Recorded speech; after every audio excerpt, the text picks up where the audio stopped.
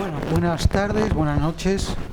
Gracias por acompañarnos y gracias una vez más a Casa América Cataluña y en particular a Cristina Osorno por haber acogido desde un primer momento la idea de hacer esta presentación del libro que creo es un acto significativo, importante por lo que representa este libro, por lo que representa y sigue representando el grupo de poetas cubanos Diásporas. Yo voy a hacer simplemente una introducción a la cuestión y luego los poetas antologados leerán algunos poemas y luego conversaremos un poco entre nosotros y obviamente con ustedes. Este libro que publica la editorial Kriller 71 y que yo creo, si no me equivoco, es la primera antología, ¿no, Aníbal?, que publica la editorial. Esta es una editorial de poesía joven que nació hace un par de años aquí en Barcelona, con un editor argentino radicado en Barcelona, y creo que es justo y es interesante que esta antología salga en ese marco, puesto que representa una cierta, podríamos decir, centrifugación de la escritura y de la edición de poesía con la que Diásporas sintoniza bien. En la poesía moderna en general y en la latinoamericana en particular, los grupos de poesía que hoy son historia y que estudiamos todos nosotros, a veces en la universidad y a veces en casa, han surgido o se han nucleado en torno a revistas, ¿no? Todos ustedes la conocen, no necesito dar nombres. Esas revistas representan un proyecto, representan un lugar de encuentro, representan también el testimonio que queda de lo que fue una poética grupal que representó la convergencia de voces individuales y que muchas veces tiene que ver también con proyectos nacionales, ¿no?, con maneras de leer y reformular tradiciones nacionales, ¿no? Lo hizo la revista Sur en Argentina, lo hizo la revista Orígenes en Cuba, lo hizo la revista Contemporáneos en México, para poner esos ejemplos egregios. La revista Diáspora se publicó en La Habana entre el año 97 y el 2002. Fueron 8 números de una revista publicada en una situación difícil. Por supuesto, todo lo que yo diga luego será rebatido. Esperemos que solo dialécticamente, porque con los cubanos uno nunca sabe cuándo va a llegar a las manos. Pero la revista Diáspora representó una publicación hecha en circunstancias de semiclandestinidad, por lo menos en circunstancias de ajenidad completa respecto del poder, que, como ustedes saben, en los regímenes totalitarios la diferencia entre poder cultural y poder político es prácticamente inexistente, ¿no?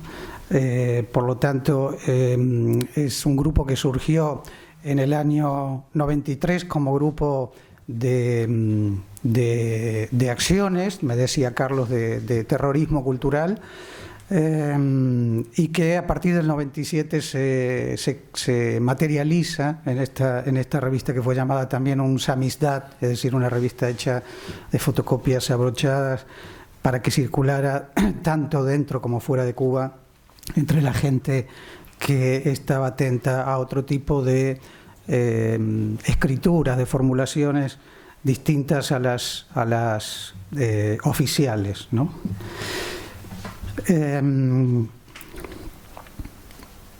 Varios de los poetas que participaron de esa revista y que formaron parte del grupo Diásporas hoy en día viven en el exilio y, casualmente o no, esto es una cuestión que yo no sé y que puede formar parte del debate, varios de ellos viven hoy en Barcelona. Pedro Márquez de Armas vive en Barcelona,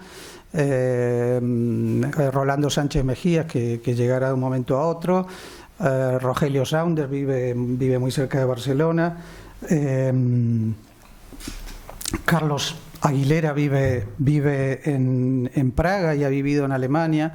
Esto me parece interesante, primero porque le da, podríamos decir, a Barcelona un lugar de encuentro muy distinto al que, como ustedes saben, y tanto ha sido mencionado, fue Barcelona en otros tiempos, digamos, sustancialmente los años 60 y 70 con la cuestión del boom.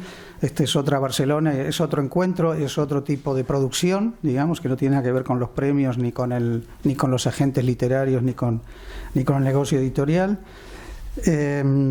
Creo que una diferencia también entre diásporas y la otra generación del exilio cubano, podríamos decir, que acompañó primero a la revolución y que después terminó apartándose, es que es un exilio que no opta por el estado de Florida ni por los Estados Unidos, sino por Europa. Me parece que esto también es significativo.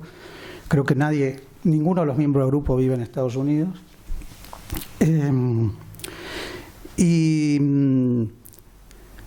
Y también me parece importante el hecho de que este grupo de escritores es a la vez, obviamente, de que tiene una obra personal, tiene una visible unidad de intereses. Casi todos ellos practican la poesía y el ensayo. Casi todos ellos han, creo, buscado, y ahora ustedes lo van a ver, y por eso creo que esta antología es extremadamente interesante, producir una poesía contemporánea, diría, una poesía, una escritura abierta a las estéticas ajenas, por así decir, a discursos fácilmente digeribles, ¿no? Y abierta también a la reformulación de un canon de la literatura cubana que no era precisamente y que no es precisamente el que se promulgaba, digamos, desde el poder central, ¿no? Básicamente, en esto voy a ser muy breve porque creo que muchos de ustedes ya lo saben. Hay una figura tutelar en la poesía cubana que es José Lezama Lima, que tuvo una relación extraordinariamente compleja con la revolución. Creo que el Lezama Lima que leen y que reivindican los miembros de diásporas es un Lezama muy distinto de otros más domesticados, por así decir, que hemos leído. La figura de Virgilio Piñera, un escritor muy importante y muy incómodo también, creo, para la revolución. Y un poeta que fue prácticamente desconocido durante mucho tiempo y que en los últimos años, por fortuna, se ha empezado a leer, quizá demasiado tarde, que es Lorenzo García Vega, poeta cubano exiliado en Miami, al que él llamaba Playa Albina, un poeta extraordinariamente interesante y que propuso un tipo de escritura también diría complejo, nada sencillo, nada ansioso por ocupar lugares de centralidad, de visibilidad, y que manifestó, creo, encarnó de una manera muy decisiva, de una manera muy jugada hasta el final, la dificultad del exilio cubano, podríamos decir, que ha perdido, por un lado, como cualquier exiliado de una dictadura, ha perdido contacto con sus propias raíces, y por otro lado tiene una dificultad grande en la relación con un armado de la intelectualidad latinoamericana que, a pesar de todo, seguía siempre, llegado el caso, adhiriendo a Castro antes que los que estaban en contra, por así decir, ¿no? Hay una frase de García Vega creo que es en El arte de perder, que dice la fuerza aprovechadita de la farsante izquierda latinoamericana, ¿no? Me parece que eso resume un poco la situación. Y una cosa que creo que es extremadamente interesante en este sentido en la escritura de los poetas de diáspora es la manera en que ellos se han ocupado de escribir una poesía compleja, moderna, en el sentido de que el lenguaje no es un medio de transmitir ninguna emoción ni ninguna idea, sino que es precisamente aquello, digamos, que forma parte del problema.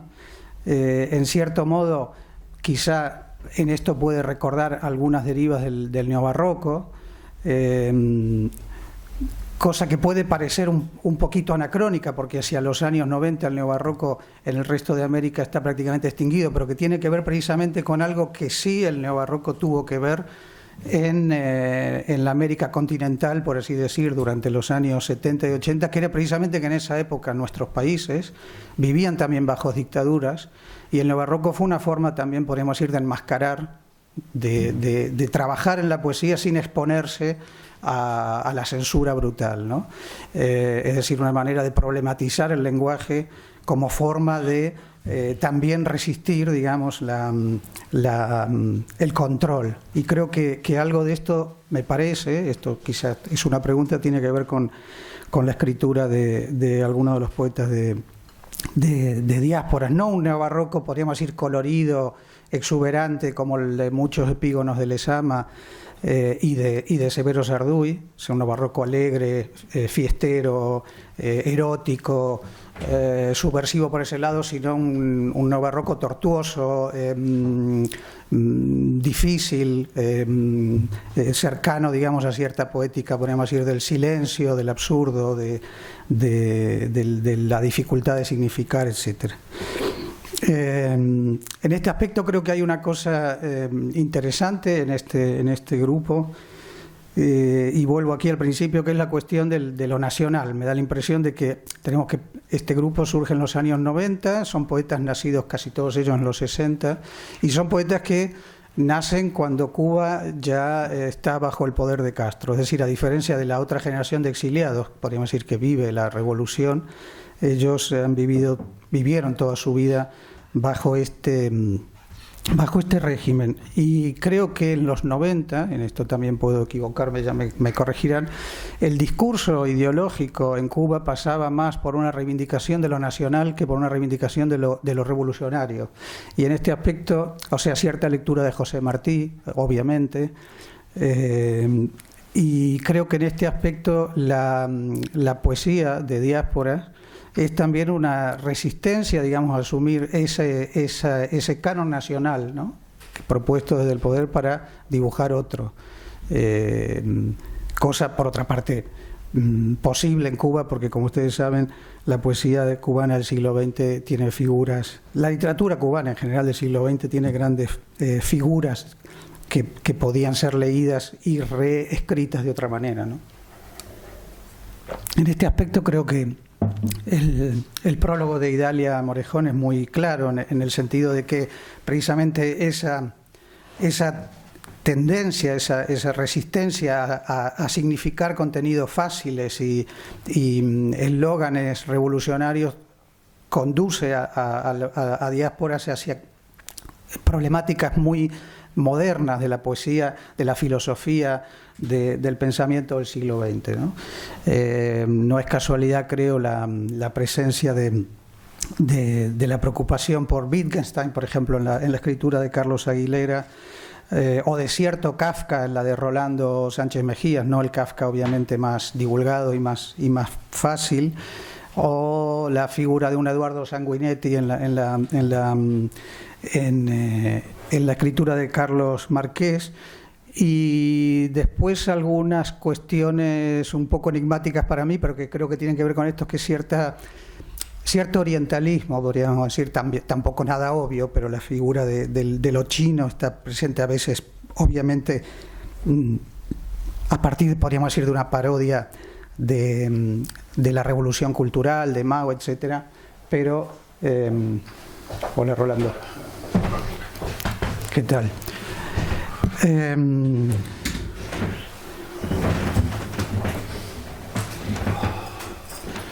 Bien, todo lo que de algún modo se resume en un famoso, o para mí famoso, artículo, texto de Rolando que llama El arte de graznar, ¿no? El arte de graznar sería, creo, precisamente Rolando lo escribe frente a cierta utilización del legado de Lezama y de Virgilio.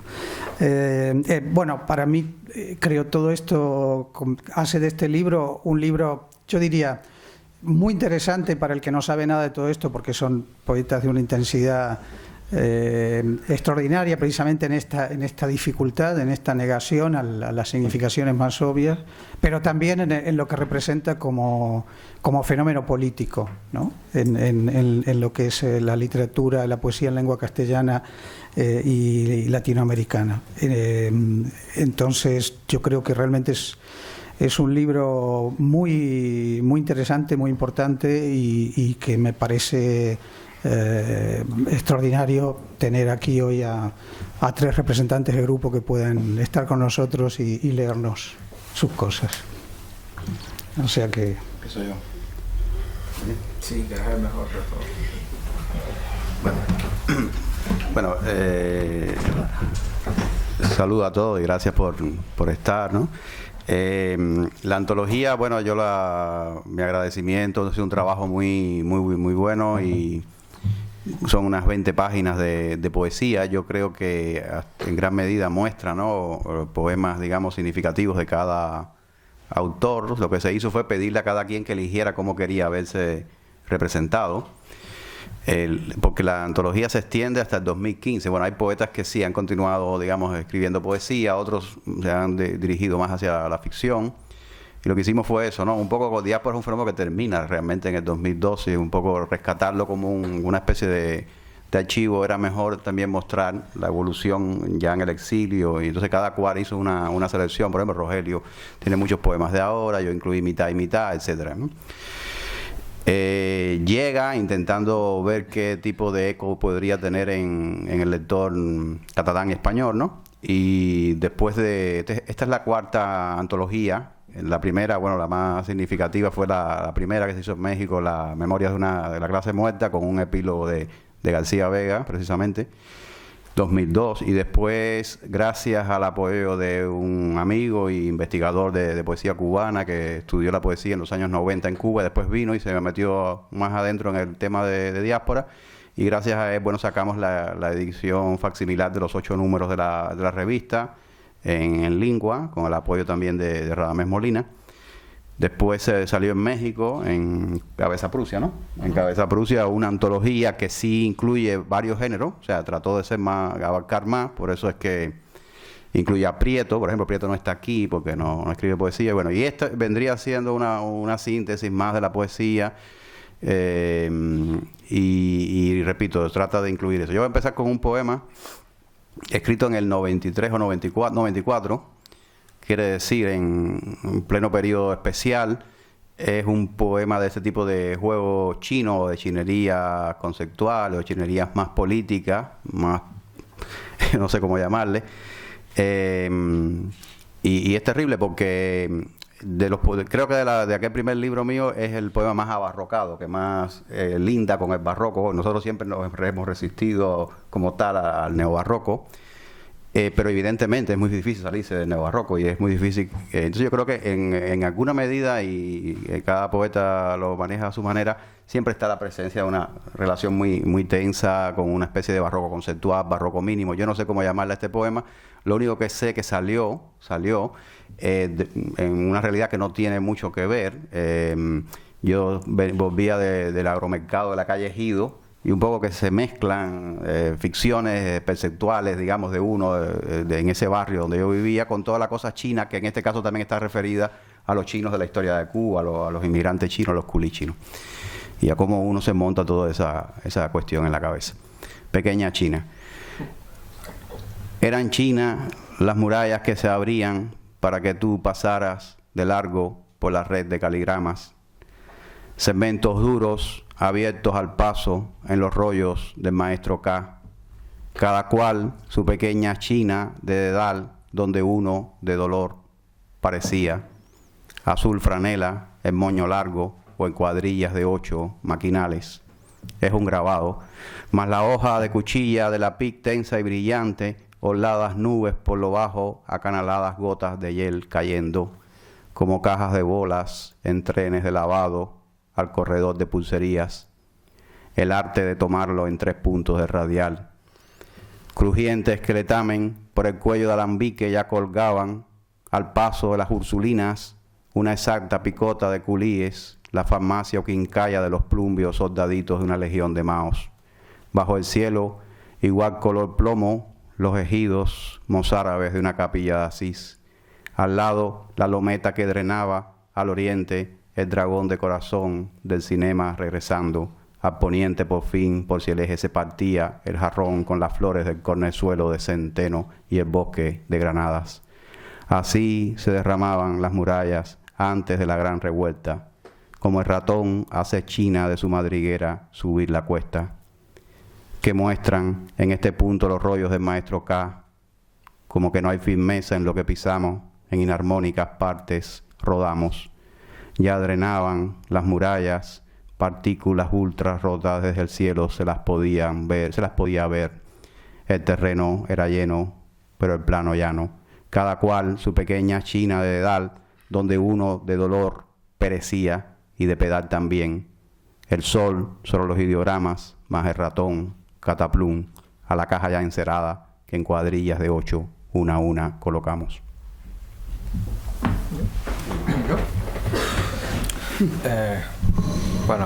Buenas noches, ¿no? Bueno, ya como que un poco casi todo ha sido situado, entonces mejor leer, ¿no? Y yo voy a leer un poema de aquellos tiempos, es decir, de los tiempos en que construíamos, en que hacíamos diásporas, ¿no? En La Habana, en los años 90, en medio del periodo especial, en medio de los apagones. Y yo escribí un poema que se llama Mao, del que hace un par de años un artista cubano, Aldito Menéndez, hizo para mí un fenomenal video que está circulando por ahí. Y bueno, ahí nos preparamos y lo hicimos, etcétera. Entonces yo voy a intentar leerlo ahora. Siempre es un poco difícil leerlo, pero intentaré leerlo lo mejor que pueda. Y lo que quería decir era que el poema, porque a mí me parece que queda claro en el poema, pero yo siempre lo digo por si acaso, el poema se basa en el momento en que dentro de la Revolución China Mao Zedong da la orden de aniquilar a los gorriones porque se comen el arroz. Es decir, él acusa a los gorriones de la hambruna o de parte de la hambruna que estaba sufriendo China en aquellos momentos, y manda a matar los gorriones, ¿no? Y entonces en Cuba yo vi en un noticiero, en aquellos noticieros que hacía Santiago Álvarez, ¿no? Del ICAI, vi unas fotos de aquel momento, y se veían francotiradores apuntando a los gorriones, y se veían montañas de gorriones muertos en un campo así largo, ¿no? Y yo me quedé impresionado con la foto o con las fotos que vi, y entonces hice este poema, ¿no?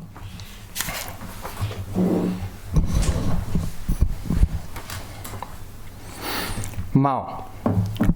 Y sin embargo, y es famoso por su cerebrito verticalmente metafísico, y no por aquella discusión lírica proletaria entre gorrión vientre amarillo que cae y gorrión vientre amarillo que vuela, o paréntesis, entre gorrión vientre amarillo que cae y gorrión vientre amarillo que no vuela, como definió sonrientemente el economista Mao, y como dijo: allí, mátenlos, señalando un espacio compacto y ligero, como ese no único gorrión vientre amarillo, devenido ahora en el asqueroso gorrión vientre amarillo, o en el poco ecológico gorrión vientre amarillo, enemigo radical de y enemigo radical hasta, que destruye el campo, la economía burocrática del arroz, y destroza el campo, la economía burocrática de la ideología, con sus páticas 1, 2, 3, huecas, barruecas, de todo Mao sentido, como señaló, corrigió históricamente el camarada Mao, en su intento de hacer pensar por enésima vez al pueblo, esa masa estúpida que se estructura bajo el concepto fofo de pueblo, que nunca comprenderá al amado Democratic en su movimiento contra el gorrión que se muta en vientre amarillo, ni al amado Democratic en su intento casi totalitario de no pensar a ese gorrión vientre amarillo que no establece diferencia entre plusvalía de espiga y plusvalía de arroz, y por lo tanto no establece diferencia entre tradición de la espiga y tradición del arroz, como aclaró Mao dando un golpe en la mesa y articulando Chin Min. O lo que es lo mismo, 1000 gorriones muertos, 2 hectáreas de arroz, 1500 gorriones muertos, 3 hectáreas de arroz, 2600 gorriones muertos, 5 hectáreas de arroz. O repito, Chin Min, donde el concepto violencia se anula ante el concepto sentido, época de la cajita china, y donde el concepto violencia ya no debe ser pensado sino a partir de lo real del concepto un solo sentido, como aclaró muy a tiempo el presidente Mao y como muy a tiempo dijo: si un obrero marcha con extensidad, elimínenlo.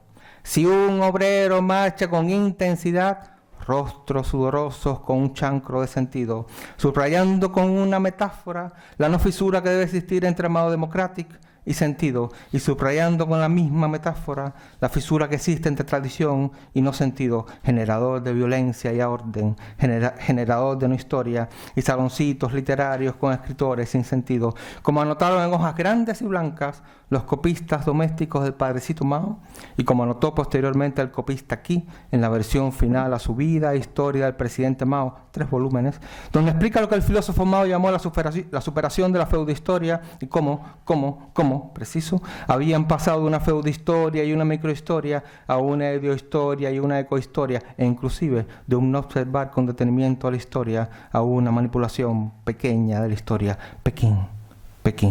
Hay que regresar a Pekín. Como reescribió el copista aquí, en ese corpus intelectualis del camarada Mao, y como se vio obligado a corregir el definitivamente civilista Mao, al coger un cuchillo, ponerlo sobre el dedo más pequeño del copista aquí, y en un tono casi dialéctico, militar, casi decirle hacia abajo y hasta el fondo.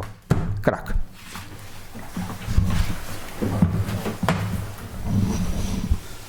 Bueno, voy a ver si leo varios poemitas muy breves.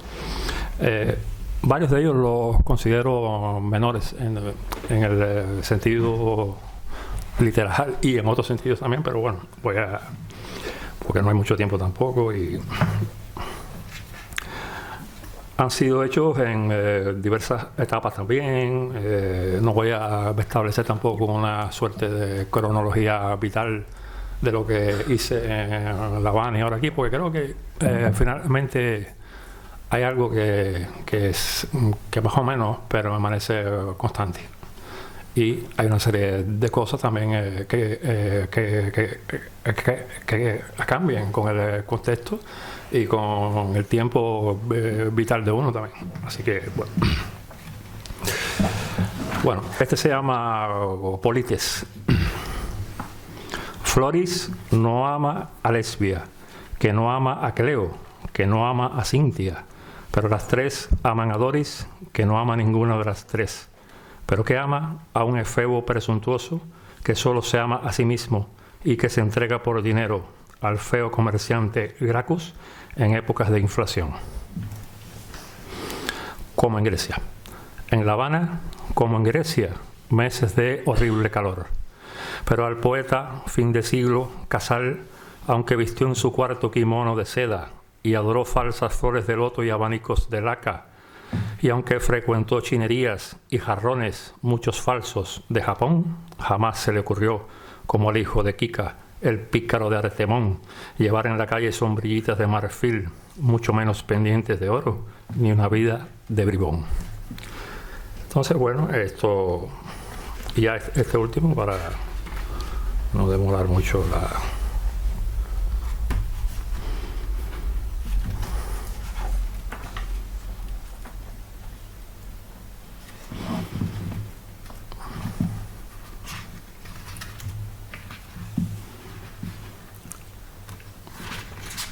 Bueno, esto es un poema que dedico y que describí justamente del poeta Pound, Es un poema bastante reciente, digamos.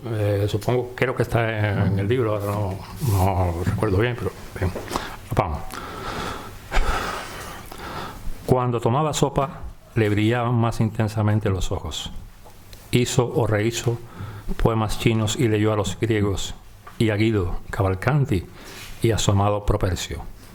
Quería versos fuertes, vigorosos, casi cosas, sin olvidar música, destreza y dicción. T.S. Eliot dijo de él, il miglior Faure. Robert Grace, un pedante despregonzado. Ginsberg, que lo visitó y pidió su bendición, nos enseñó el camino. Con los años su barba gris se parecía y no se parecía a las demás. Desbarró contra la usura y contra una porción de la raza. La guerra terminó y lo encerraron en una jaula 1,80 por 2 metros, iluminada por un reflector, no apto para ser juzgado, mentalmente insano. En el manicomio de San Elizabeth, tiempo de sobra, 12 años, para escribir y practicar el silencio. La belleza no es locura. Inventario: una caja de galletas, 7 pañuelos, 4 toallas, 11 camisetas, 2 pares de pantuflas, 6 pares de medias, un par de zapatos, 2 camisas, un par de calzoncillos y otras menudencias más. Murió a los 87 años. Canto final. Quise escribir el paraíso, no os mováis. Dejad de hablar el viento. Ese es el paraíso. Sí, voy a leer unos poemas más breves y de los últimos años. Comi. No sé si aprecias, como yo, las virtudes del pueblo Comi.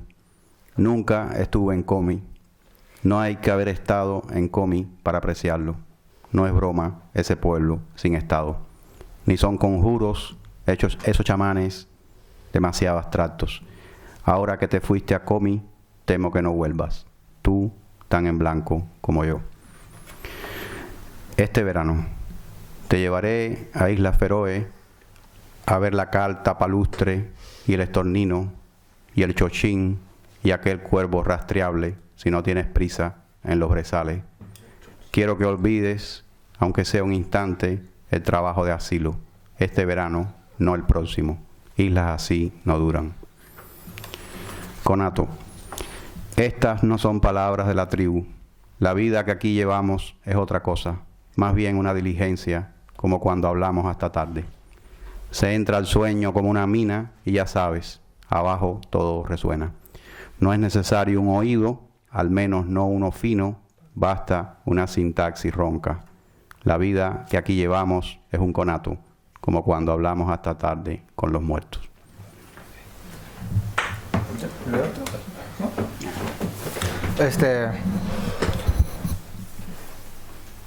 ¿Tú querías hacer preguntas así como? Bueno, terminamos la segunda ronda. Ajá. Y después hablamos un poco, ¿no? Ya, vale. Bueno, yo salí con mi familia de Cuba en el año 2002 y yo escribí poesía hasta el 2002, después ya no escribí más poesía. Fuera de Cuba solo he escrito, bueno, ensayos y sobre todo narrativa, ¿no? Ficción. Y entonces los poemas míos que aparecen acá, es decir, todos tienen que ver con el conflicto Cuba, a pesar de que no lo parezca mucho, porque al final siempre están hablando de otra cosa, pero en verdad están hablando del conflicto Cuba, ¿no? O del conflicto que uno tenía en Cuba, ¿no? Entonces, mi primer libro, que se llamó Das Kapital, tenía un poema. Es decir, ese libro era un libro, como indica un poco el título, un libro extraño, ¿no? Porque yo intentaba hacer que cada texto, eran como 5 textos creo, intentaba que cada texto fuera diferente en el sentido incluso de la escritura, ¿no? Es decir, había un texto que es el que voy a leer hoy, que tenía más que ver con una escritura expresionista, una escritura que venía de lo clínico. Había otro texto que era casi la parodia de una escritura de enciclopedia. Había otro que era un texto que era ¿cómo decir? Un poco el manuscrito de un performance que yo había hecho, que se llamó Proceso para la edición de Glass. Y el libro cierra precisamente con ese texto que se llama Glass, que es un texto que tiene dibujos y cosas, ¿no? Entonces, voy a leer un poema, digamos, el más lisible de todos los del libro, que no es un libro muy fácil de leer. Y entonces voy a leer uno que es precisamente que tiene que ver con Gottfried Benn y Paul Celan, se llama Bese. Y tiene que ver un poco con poemas de los dos. Yo voy cogiendo fragmentos de los textos de los dos y voy reformándolo, reescribiéndolo, burlándome de ellos, parodiándolos, etc. ¿Ok?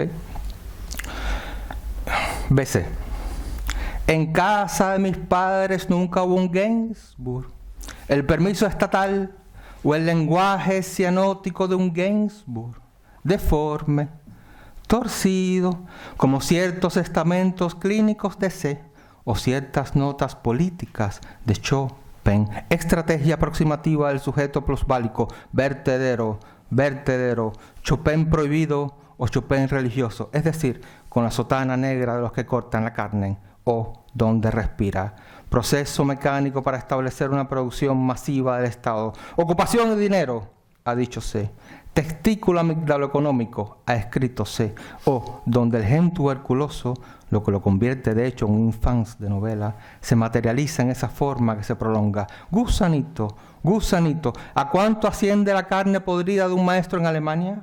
¿A cuánto la caca pastosa de un maestro en Alemania? Costra ideológica de ese saber que leo no en editoriales, que observa en las vidrieras, cocaína de un profundo mental, la ovulación judía de lo que se mueve, o metabolismos, Frotter, Levítico 6:7. ¡Asco! Anular el proceso, el engranaje totalitario del proceso, el engranaje que convierte en totalitario al proceso, o la percepción mítica del Reich contra la máquina, corta la res, distribuye, corta la res, el dinero en la banca, flesh, como el que lasquea la teoría factual de los objetos usados, tu excremento anecoico, Sulamita, tu cerebro esquizoide, Margarita, cancioncilla ligera de un determinado hábitat cerebralis o torsión, sin hacer perceptible la mutación física permanente del agua en relación con las condiciones de temperatura en el ambiente, zona X de poder, ha dicho C, avanzando con la premura fofa de un monje hacia el mercado donde revenden el arroz. Músculos, 2, 3, 2, hacia abajo. Músculos, 2, 3, 2, hacia abajo. Con lentitud, citando frases de Wittgenstein y Pound.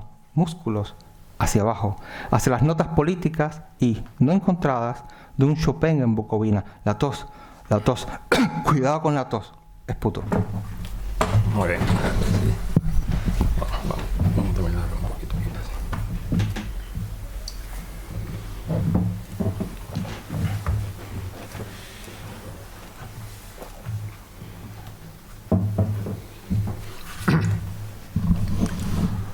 Bueno, este texto se llama Silva, o sea, referido a la forma, digamos, métrica, ¿no? Me gustaría saber de ti el parloteo de tu lengua, que sangra, ¿ves? Si se la muerde. La pericia obscena de tu lengua franca, que emana de la empresa o del corazón. No hay lengua secreta, te lo dije, ni sacra, a no ser que te quejes bajito, como muge la vaca a la arboleda, perdida ya.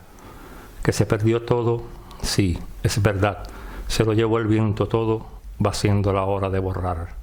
Así nadie salva ni silba a nadie, en ese silencio en que te arden tanto las orejas de escuchar. Cuando clamor se oiga donde quiera, tú que escuchabas en la espesura, y no se oiga ni una trompeta ni nada, de nada, nunca más.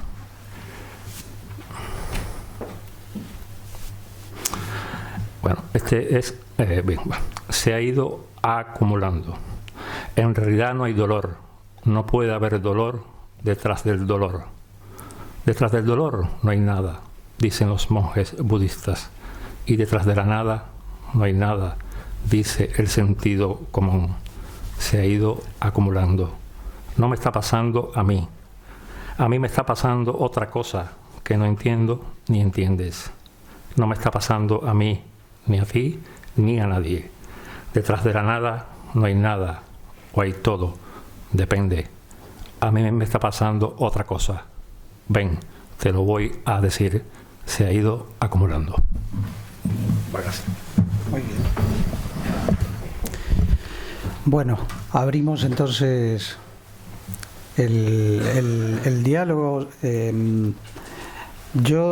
Bueno, la inquietud que tenía y que ahora, después de escucharlo leer, persiste es lo que ustedes escriben, evidentemente procede de una experiencia difícil, y sin embargo hay no solo una renuncia a lo testimonial, sino creo que hay una renuncia a algo que parece que es muy característico en la literatura cubana, incluso del exilio, que es un cierto color local, digamos, fascinación con el habla caribeña, y en cambio creo que eso no aparece nunca. Incluso pienso, por ejemplo, en un poeta, no solamente obviamente en Cabrera Infante, pero pienso en José Coser, ¿no? Poetas, digamos, exiliados muchos años, pero que siguen manteniendo una cierta nostalgia cubana, y creo que no sé si eso es algo, por supuesto, con esta apertura hacia otras lecturas, creo que otras lecturas también latinoamericanas, que no eran las que se hacían tampoco en Cuba oficialmente, si es algo deliberado, es algo generacional, o es algo que bueno, que simplemente era lo que correspondía a la poética que ustedes planteaban, ¿no?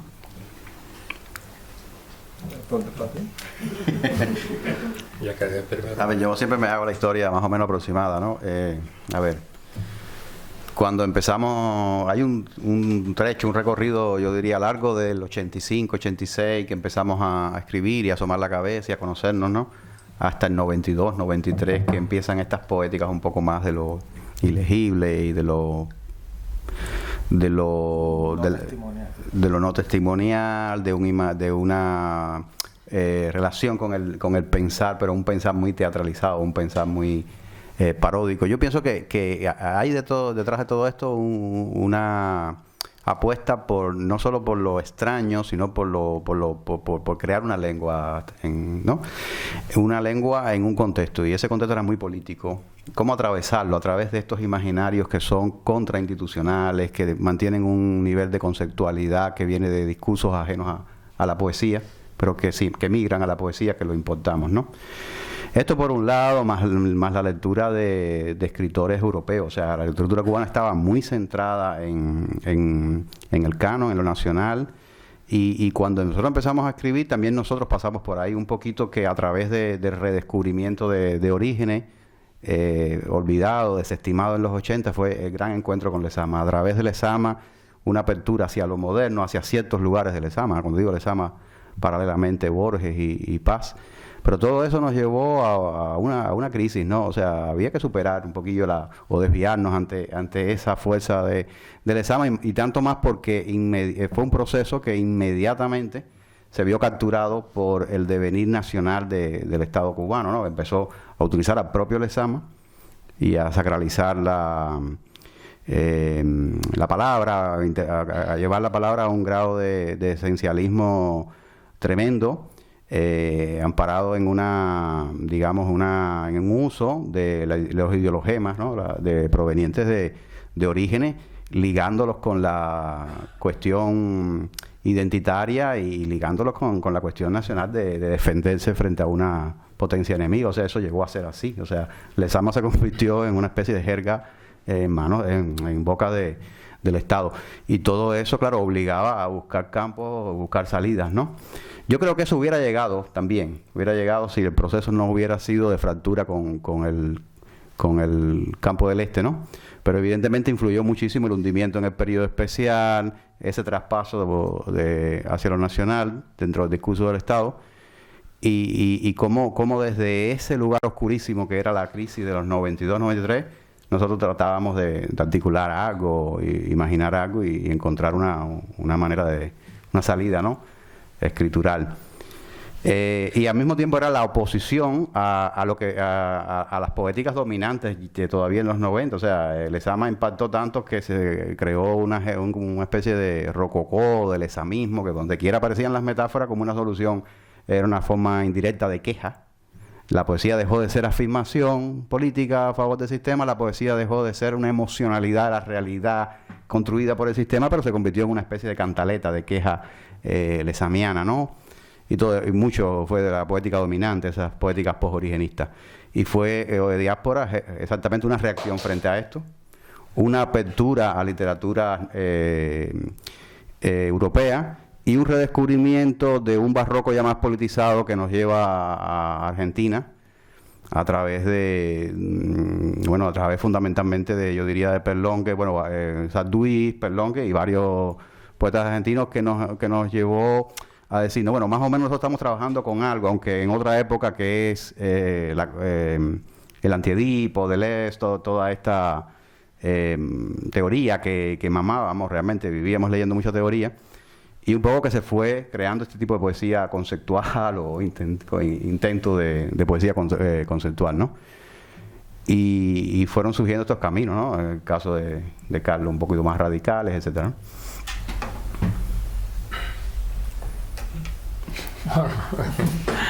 Bueno, el dilema está en la cuestión siguiente, ¿no? Es que hay una tendencia a discutir o debatir cada fenómeno o cada grupo o cada tendencia que surge en un X país en el escenario o en el contexto de ese propio país, cuando resulta ser que esa dinámica no es exactamente de esa manera.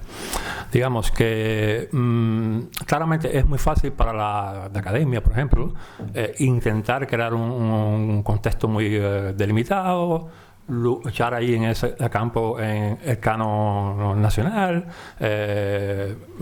trazar ciertos límites y bueno, uno realmente cualquiera pensaría, ¿no?, que todo esto que está surgiendo o el debate que uno mismo tiene con la poesía se hace dentro de un contexto nacional y no es así tampoco. O sea, el escritor creo que realmente lucha o se debate o se deja influir por disímiles campos, no solo los de su propio contexto. Y también está la singularidad de cada uno, las etapas de vida de cada uno.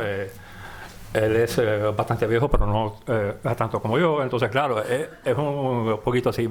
A ver, digamos, yo no conocía mucho de literatura cubana cuando comienzo sobre el año 85.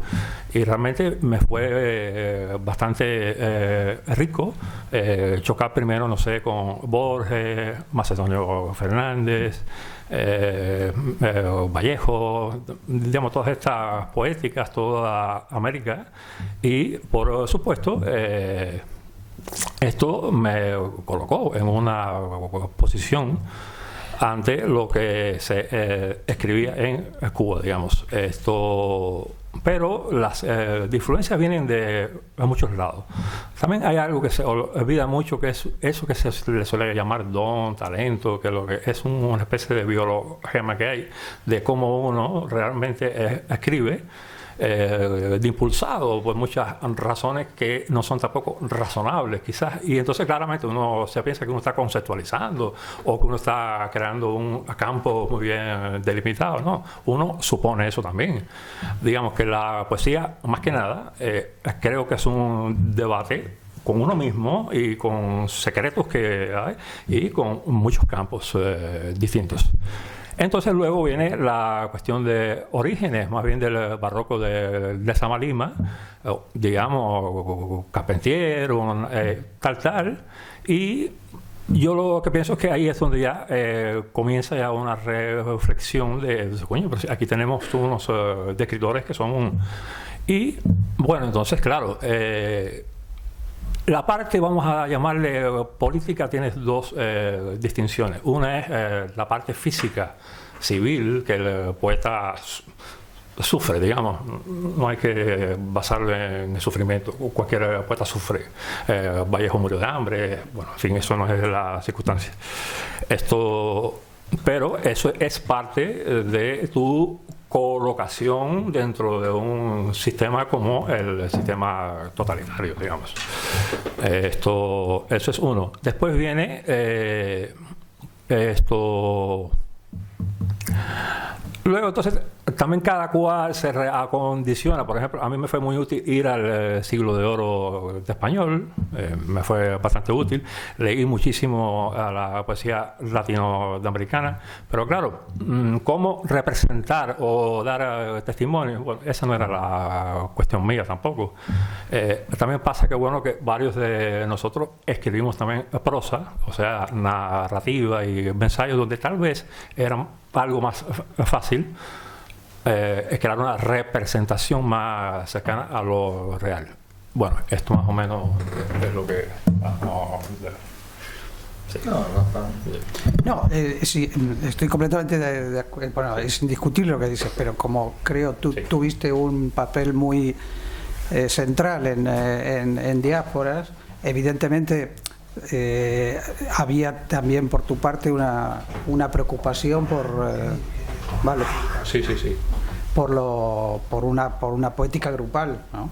Y cuando se dice grupal siempre hay algo que tiene que ver con lo histórico, con lo político, con lo nacional, pero sin duda una cosa que creo que está muy presente en diásporas y se nota con lo que habéis leído es que las lecturas son muy heterogéneas, ¿no? Y muy, diría incluso ansiedad de empaparse de otras cosas que no sé si en ese momento en Cuba tampoco eran de fácil acceso, ¿no? No, yo otra cosa, es decir, con respecto a lo que estás diciendo, que a mí me parece que es algo importante y es muy, muy peculiar de Cuba, ¿no? Y es que es decir, contra una de las cosas que reaccionamos precisamente contra aquello que apoya o subraya precisamente la política cultural cubana. Es decir, en Cuba existe una política cultural que dicta, de alguna manera, lo que se hace y lo que se publica. Es decir, siempre dicta lo que se publica y de alguna manera dicta los márgenes de lo que se puede escribir, ¿no? Y de alguna manera esas poéticas siempre habían estado privilegiadas o por el conversacionalismo o por una suerte de poesía intimista o una poesía de lo privado, etcétera, ¿no? No precisamente de lo privado cotidiano, sino de lo privado sentimental, digamos, ¿no? Más de todo lo que se ha hablado, de la relación que tenía y que empezó a partir del año 86 con Lezama, el lezamismo en Cuba, etcétera. Y contra una de las cosas que precisamente reaccionamos, y esto es importante porque yo creo que es un fenómeno de alguna manera único en la poesía hispanoamericana, y es que por lo menos en los últimos 40 o 50 años, es que se reacciona no contra un determinado lenguaje o contra un determinado grupo, sino que se reacciona contra una política de Estado, ¿no?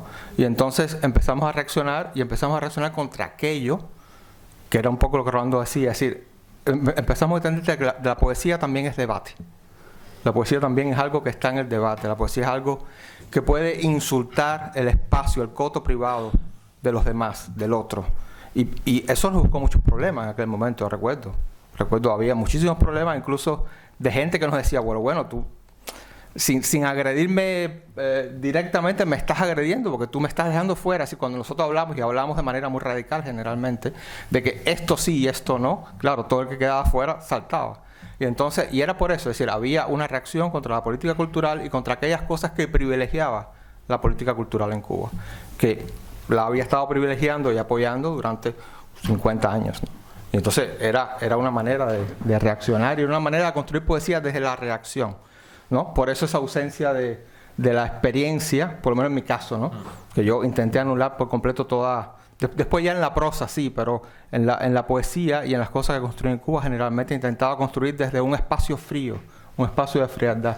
No, es interesante porque yo pienso, por ejemplo, en mi experiencia en el Diario de Poesía, que también fue una revista significativa, ¿no? en Argentina desde mediados de los 80 hasta fin de siglo, incluso la primera década.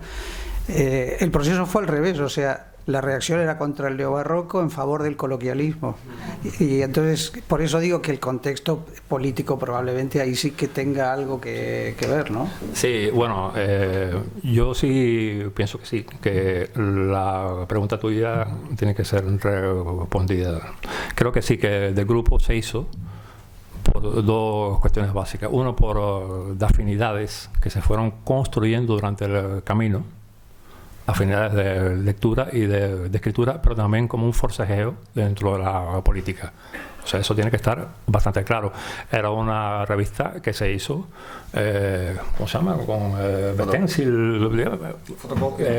con fotocopia y tal. Eso es penado en Cuba, digamos. Esto, digamos, había toda una posición y realmente una posición, vamos a decirle, moral también ante una situación dada, y eso se reflejaba en nuestros actos públicos, se reflejaba en las conferencias, y no era solamente también de grupo, existía también un magma, digamos, de escritores que no pertenecían directamente al grupo. Digamos que el contexto más o menos estaba creado. Por ejemplo, Ernesto Fernández Busto tuvo mucho que ver en la filosofía y en muchos estos ámbitos, digamos que no, diáspora está, pero también hay otros fenómenos muy importantes. Y esos fenómenos surgieron debido a la política, pero con razones sumamente y íntimamente literarias también, digamos. Nunca... digamos, si había que ir a la cárcel, había que ir a la cárcel, pero por responsabilidades de varios tipos, y la primera era la de escritura, digamos. Eso era básico para nosotros también, en este sentido. ¿Alguien quiere hacer alguna pregunta?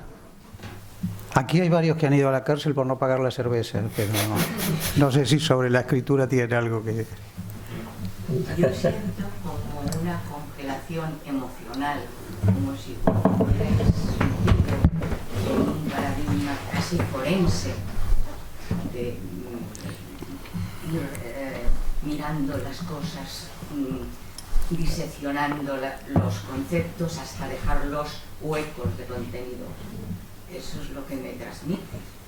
Entonces hay indiscutiblemente el intimismo.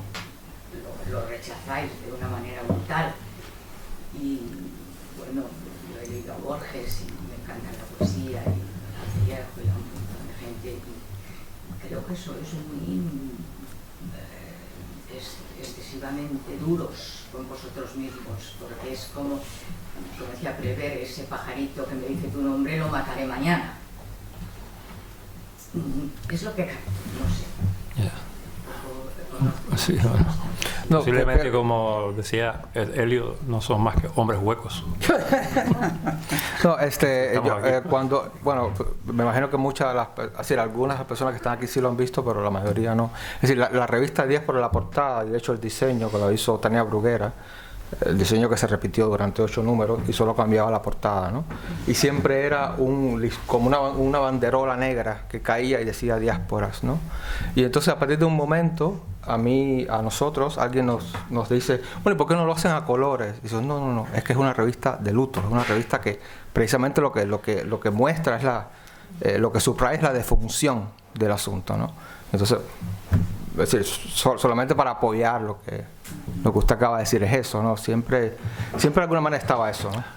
No, hombre, es entendible, ¿no? Este tipo de poesía que hoy hemos leído, quizás, bueno, también pasaría si hoy leyesen aquí Haroldo de Campos, una serie de brasileños, también pasaría si hoy leyesen aquí Perlonga, Dobry, otro tipo de poetas, también pasaría si leería Wallace Stephen, Pound, Carlos Williams, también pasaría si, en fin. Digamos pues que eso va a existir siempre. Ahora, lo que se llama lo íntimo o no íntimo, yo pienso que sí, que hay una intimidad. Lo que pasa es que el dilema de la intimidad en poesía es algo muy cuestionable, y nosotros, pienso yo que no nos salimos de lo que es la poesía, del pathos, de lo sublime de la poesía. Hay una lírica, pero también hay una conceptualidad X que también pertenece a lo íntimo. O sea, no hay que también ver lo emocional por una potencialidad de la imagen lírica pura, digamos. Yo lo que pienso que sí, que hay intimidad y que hay entrega y que hay corazón. Yo he llorado mucho. Sí. Bueno, a mí hay una cosa que sí me llama la atención y me interesa mucho, lo que obviamente, por supuesto, hablo en general porque se trata de una antología, cada uno tiene luego sus rasgos, pero me interesa mucho la cuestión del humor.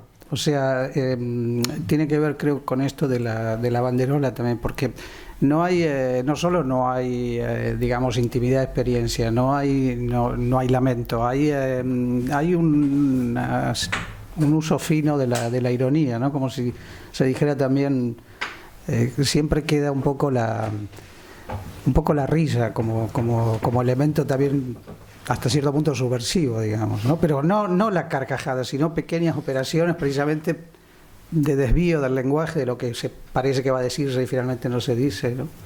Sí, a ver, cuando decía ahorita lo de la banderola negra, etcétera, y de un poco de la revista como el acta de defunción de algo, también hay que entenderlo de una manera paródica, es decir, también nos estábamos riendo de todo eso, ¿no? Es decir, dentro del espacio clausurado, que era la Cuba de los 90, bueno, que continúa siendo, pero que era la Cuba de los 90, la Cuba en que se hizo diásporas, también, es decir, era por una manera mostrar lo cerrado de todo, evidenciar lo cerrado de todo y a la vez la risa que de alguna manera provocaba, la risa o la ironía. Es que hay algo interesante y, bueno, que de alguna manera ha sido dicho, pero me gustaría puntualizar, y estamos hablando siempre aquí a nivel de grupo, pero en verdad cada poética, son 8 escritores en diáspora, y cada poética es muy definida, cada uno es muy diferente. Si Rolando es muy diferente a lo que yo escribo, Pedro es muy diferente a lo que escribe Prieto es muy diferente a lo que escribe Rogelio es muy diferente a lo que escribe Ricardo Alberto, para decir, cada uno es muy diferente, cada uno tiene una poética y una manera de construir en diferencia, ¿no? Entonces hay algunos que son más irónicos, unos son más sarcásticos, pero yo creo que en todos, de alguna manera, ahí está la presencia del humor y está la presencia de lo irónico como capacidad lectiva, es decir, leer al otro y leer lo que está afuera a partir de la ironía. Y yo creo que es algo que sí es un punto común en casi todos, ¿no? Sí, yo creo, me refería quizá a algo como gestual, un poco bufonesco. Yo siempre pienso en una figura que creo que se menciona poco, pero que yo la siento muy presente cuando los leo, que es Samuel Beckett, ¿no? Sí, la gestualidad de Beckett en el plan de podemos hablar 10 horas, pero no vamos a nada de lo que digamos va a tener sentido. Pero esa falta de sentido precisamente es el gesto, ¿no? de la literatura que se puede escribir en ese momento, ¿no? Cierta gestualidad un poco trágicamente bufonesca, podríamos decir, que me parece muy interesante, porque es precisamente la renuncia a decir, es el gesto de algo que se tendría que ser dicho, pero que es, para decirlo de una manera un poco voluptuosa, inefable, ¿no? Yo no sé quién decía que la poesía es la palabra en estado de emergencia, y esta es la sensación que me ha quedado al escucharlos. Es evidente que cada uno es diferente. Es increíble porque es la segunda vez que escucho a Pedro hablar y es muy claro en la explicación de qué lo llevó a reunirse en diáspora, ¿no? O sea, esta vez y la otra que te escuché, y tu poesía me pareció áspera, críptica. Te digo sensaciones, porque debería leerla varias veces. Creo que ahí realmente es la palabra en estado de emergencia, ¿no? Es como querer provocar desde ese lugar, ¿no? O sea, está todo lejos de la ñoñería, en general en los tres. En la de Carlos hay ironía, pero a la vez ironía hay como un cántico de fondo, ¿no? O sea, además lo has leído muy bien, yo creo que eso leído por vos no es lo mismo que lo lea uno solo, ¿no? Pero que el sonido es importante, ¿no? Y en la de Rolando, y lo digo, es muy difícil escuchar una poesía además tan ajena a lo habitual y por primera vez y poder decir muchas cosas, ¿no? Digo sensaciones de los tres, o sea que por ahí es como la recibimos, porque además la poesía es algo que está muy bien escucharla, ¿no? En Rolando es como que deja los huecos para seguir pensando, esta es la sensación que me da. Esto es un poco lo de... Pero en todos, yo diría que, no sé quién fue el que dijo esto, que la poesía es la palabra en estado de emergencia, pero me parece que es perfecta la definición incluso para para esto que ustedes han hecho, que han leído, ¿no? O sea, lo entiendo perfectamente, o sea, entiendo, creo que los tres van a entender perfectamente de dónde surge que la poesía sea esto, ¿no? O sea, está clarísimo, es un combate a muerte contra el realismo socialista, por decirlo de alguna manera, ¿no? O sea, me ha gustado. No, y un combate a muerte también con los propios fantasmas de uno, porque la poesía, que es lo que yo pienso que ciertamente que muchos reclaman siempre, sea algo sustancialmente individual, ¿no? Y yo lo que pienso es que sí, que hay también un debate bastante fuerte con uno mismo, con el ser de uno mismo, sin caer de Heidegger ahora, pero sí. Ernesto. Yo tengo una pregunta una pregunta. Sí.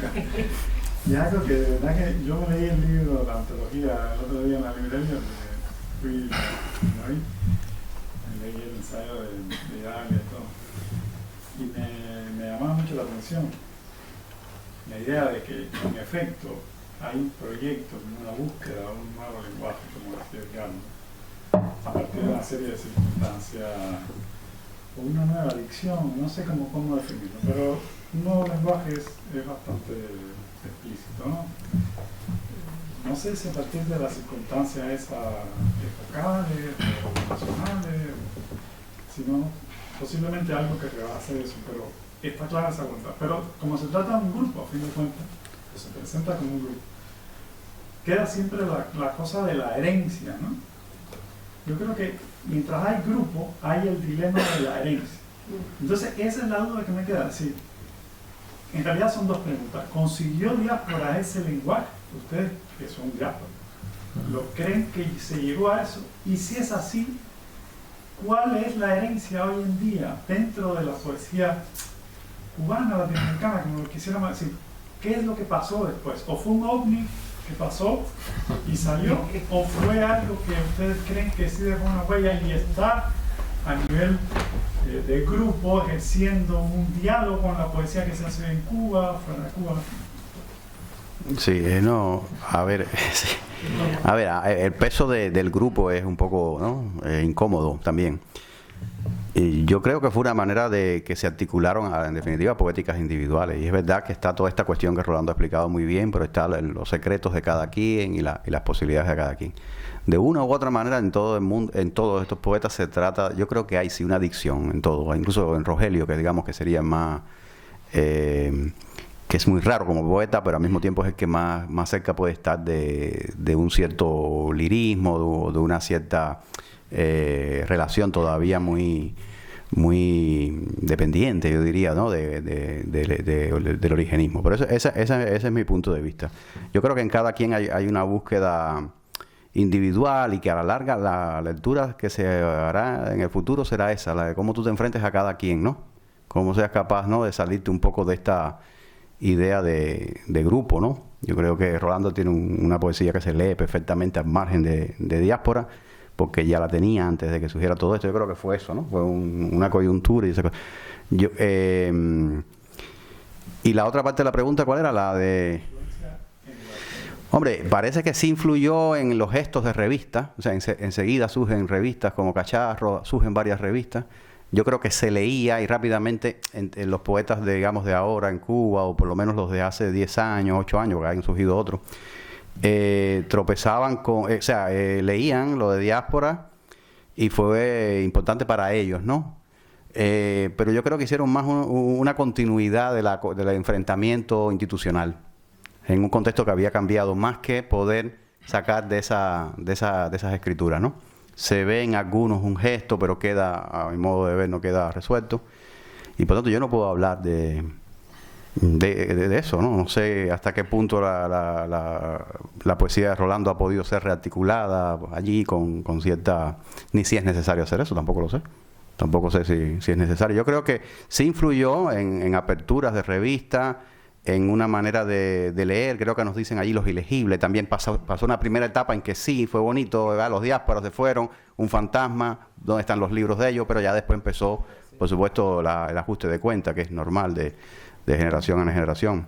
Porque ha surgido realmente en Cuba una poesía mucho más de lo obsceno, de lo directo, que incluso ni siquiera es realista, porque la realidad cubana en sí misma no es real, o sea, es tan absurda que es muy difícil hacer una poesía acomodada a una vivencia de transacción mediana con lo real, ¿no? De poder estar ahí, tú sabes que estás en un espacio. Yo creo que se vive siempre en lo fantasmático en Cuba, en el desierto, y que hay que construir siempre en el desierto.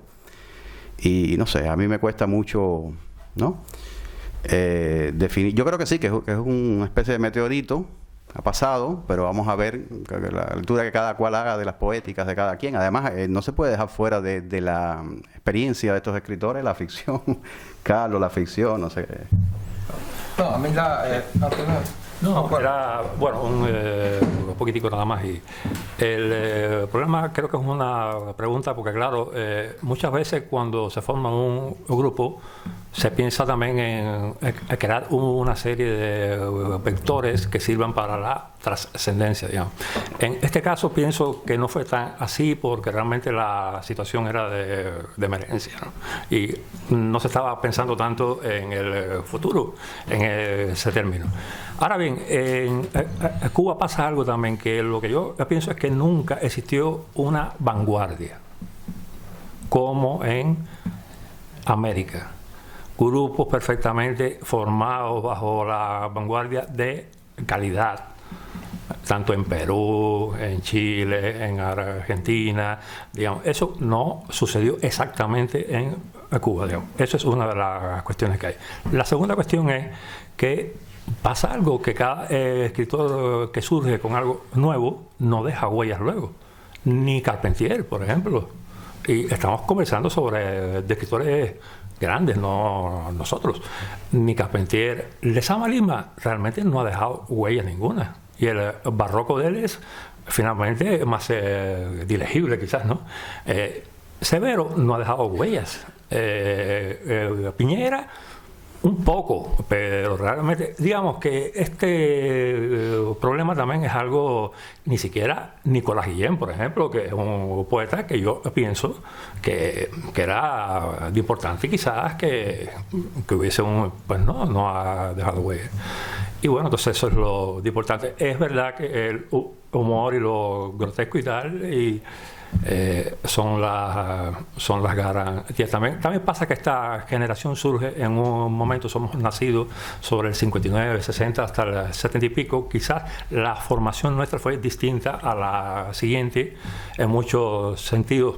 Cogimos los últimos maestros de la República, digamos, y después nos hemos formado en ciencia, la mayoría en este sentido. Hay cada generación quizás tiene su propio planteamiento con esto, ¿no?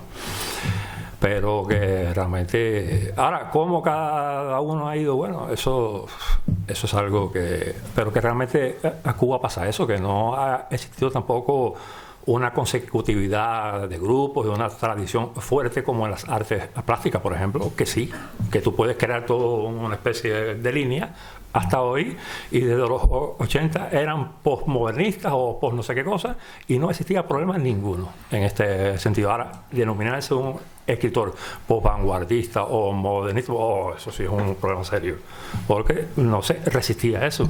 La literatura iba 20 años más atrás que las artes plásticas, en el sentido este. ¿No? ¿Terminamos? Sí. Bueno, sí, creo que la muchacha... No, era un poco abundar sobre lo mismo. A mí me había gustado la idea de Ernesto, de un poco como diáspora, como un Sputnik que pasaba. Y yo pienso que incluso en ese momento para nosotros era un poco eso, era un Sputnik que estaba pasando y estaba intentando abrir su propio surco ahí, ¿no? Y bueno, después habrá gente que se podrá acoplar a ese Sputnik o no, pero la pregunta por la herencia, por lo menos en mi modesto criterio, es decir, no es como una pregunta para nosotros, ¿no? Porque de qué manera podemos debatir nosotros la herencia de nosotros, ¿no? Es decir, eso es una pregunta para los que vienen después. Sí. El hecho de que esta estética radical sin duda lo fue, conozco de primerísima mano. Sí, los poetas de en Cuba siguen estando en la UNIAC. No sé si me entienden. Es decir, esto es un grupo que existe como una vanguardia, existe con un comportamiento político, está clarísimamente tematizado, está en una revista, pero está en el exilio prácticamente. Exacto. Es decir, los poetas cubanos siguen estando en la UNIAC, siguen escribiendo como antes de diáspora. Entonces es un fenómeno curioso y no ha pasado poco tiempo. Sí, porque tú, evidentemente, siempre hay un tiempo que es importante para tomar distancia y ver los fenómenos en su dimensión, ¿no? Pero ya empiezan a ser décadas y yo siento que es una cosa, que hay un revival en los teatros, sin lugar a dudas. Creo que se está empezando a leer cosas que antes no se leían, se está empezando a entender ciertos comportamientos del grupo en ese momento, a partir también del desprendimiento de cada uno de ustedes y de cada una de las carreras. Pero es más un fenómeno desde fuera de la tradición de lo que se hace en la isla, ¿no? Sí, sí. No, a ver, yo creo que las dos cosas. Yo creo que un poco es decir, desde hace unos años, como tú sabes, hay muchos ensayos y tesis y cosas sobre diásporas, etcétera. En Latinoamérica, sobre todo, hay un par de cosas en Cuba, pero sobre todo en Latinoamérica, en Argentina hay mucho, y en México, etcétera. Y yo creo que ambas cosas. Yo creo que, es decir, se ve a diáspora como ese Sputnik dentro de la tradición cubana en general, dentro de ese espacio de lo cubano en general, y también se ve como algo aparte, como algo que no puede, digamos que no puede ser reemplazado, que no puede ser reescrito de nuevo, por decirlo de alguna manera, ¿no?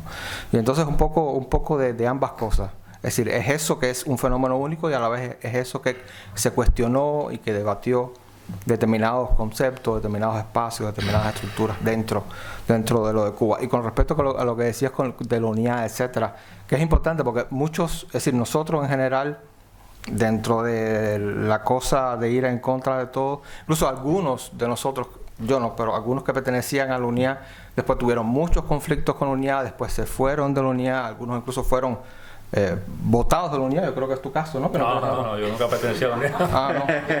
No. Y entonces, es decir, hay mucho, es decir, dentro de los espacios políticos en Cuba, la manera en que entra, la manera en que nos situamos era un espacio que estaba totalmente afuera, ¿no?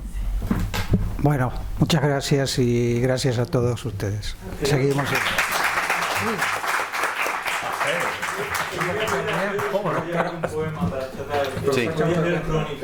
Vale, bueno, si quieres, tenemos tiempo. Los libros están a la venta aquí a muy buen precio. Bueno, es otro poema forense, ¿no? Este sí, Crónica. El chino que colgaron de un pie en la caleta de San Lázaro, el que se metió de cabeza en los filtros de Carlos III, el empalado de la loma del burro, el trucidado del camino de hierro, el último peón. Toda esa gente en aprieto, toda esa gente a la sombra de qué. El que bebió la flor pública de los urinarios, el que degolló al conde y lo dieron por loco y después inventó un aparato para matarse, engranaje sin fin. El verdugo que entraba por el boquete, el que le cortó la cara al padre Claret en un ractus luego de misa. El embosado que le pasó la chaveta, el que empleó el veneno que no deja traza, rosa francesa. Toda esa gente en aprieto, toda esa gente a la sombra de qué. El amante de la Bompard, apresado en el Hotel Roma, a 30 yardas de la iglesia de Cristo, el que gritó ante la trigueñita de los 12 años y el padre enloquecido colgado de un gancho, ansia de aniquilarme, solo siento. El que soportó el giro del tórculo, no a las legionelas. El que arrojó vitriolo al negrero Gómez junto al altar. El que prendió yesca, el que echó la mora al agua, atada al cepo, dicen, desde la eternidad. Toda esa gente en aprieto, toda esa gente a la sombra de qué.